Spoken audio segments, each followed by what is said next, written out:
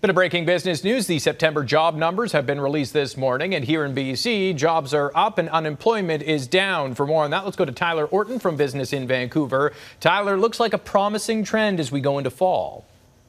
Oh, absolutely. And this is a very important month, both for BC and Canada as a whole. If we take a look at the numbers here, we can see that British Columbia added more than 12,000 jobs, while the country added more than 150,000.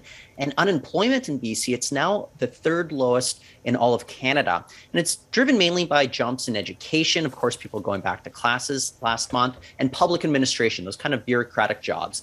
I do want to point out here that there were substantial losses in healthcare. And looking ahead, we do know that there will be those vaccine mandates going into effect for healthcare workers later this month. So we'll need to monitor that.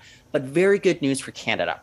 We are now officially recouping all 3 million of those jobs lost back in spring of 2020, and employment for women led the march last month with almost 100,000 jobs made or gained in that category. So very good news ahead going into the fall. Yeah, good news. And if people are like, well, that was bound to happen given how many jobs were lost, down in the U.S., the jobs numbers are actually going the other way. So it's interesting to see the trend here compared to there.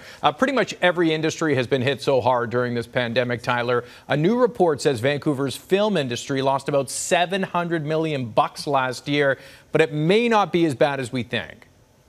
Yeah, you want to think about the context of this. Of course, productions were suspended from March through to the summer, but we were very competitive versus other competing jurisdictions like California, where cases were higher. And so we were able to get to a quicker start. But I want to put this in context with regards to the numbers as a whole. Now, we saw that spending in 2016 was actually less than it was during the pandemic year when it hit $3.4 billion. That's still a drop from the record year that was 2019, but it's very good to remember that the industry is still doing very, very well here in British Columbia.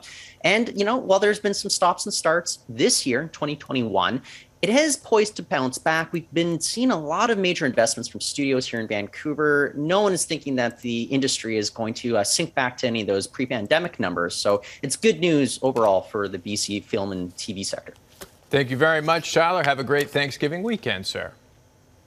Thank you, Paul.